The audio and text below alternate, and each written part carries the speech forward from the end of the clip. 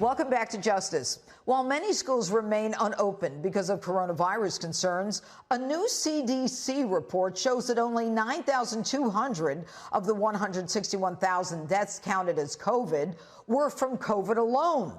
The other 94% had contributing conditions. Dr. Robert Hariri is the founder and CEO of Cellularity, and he joins me now with more. All right, doctor. So if 6% of the 161,000 died from COVID alone, is the mortality rate really reflecting the people who are dying of COVID? You know, that's the big question. What we know is that the vast majority of people who die from this disease are of a very advanced age, or they have more than one serious life-threatening condition. These comorbid conditions can best be characterized as bad health.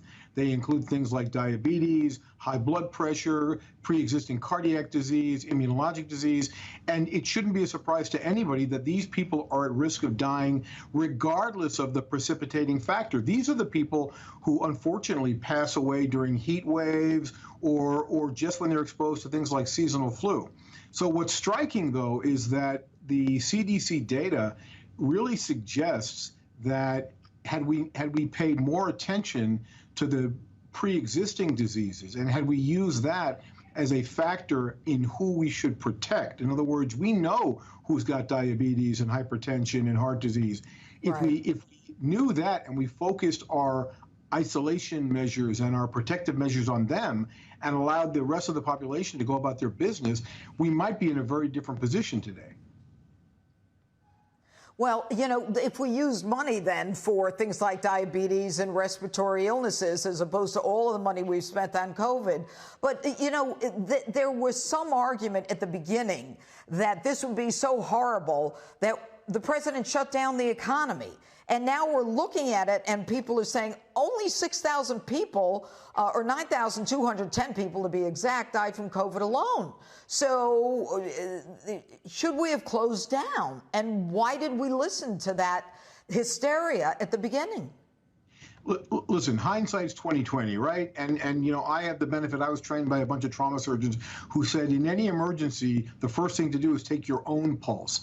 I don't like the fact that we jumped to a very aggressive posture about this based upon reliance of one epidemiologic model produced by a professor at Imperial College London, Professor Ferguson, who has a track record of outlandishly overblown and alarmist predictions on these sorts of viral illnesses. You know, he's the guy who said that in response to the swine flu or mad cow disease that millions of people were going to die. And in fact, if you think about it, the bird flu, which he predicted would kill 200 million people, wound up killing less than 500 globally. So, you know, he's the wrong person to be following a model of, and I'm disappointed. But we listened to him. But, right. Doctor, we listened to him, and now we're listening to basically two doctors, Birx and Fauci. And, I mean, should there be a commission? And I only have 10 seconds. Or should we just continue to listen to one or two people? Listen, you know what? We should have approached this the way we approached every other crisis. Create an absolute panel of world and national experts like the Manhattan Project and innovate our way out of the problem. I'm concerned that we relied on bad models, and even though we know now that this really affects a very select part of the population, we're not focusing our efforts on them.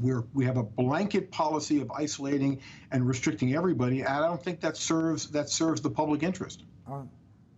Dr. Robert Hariri, thank you so much for being with us on Justice.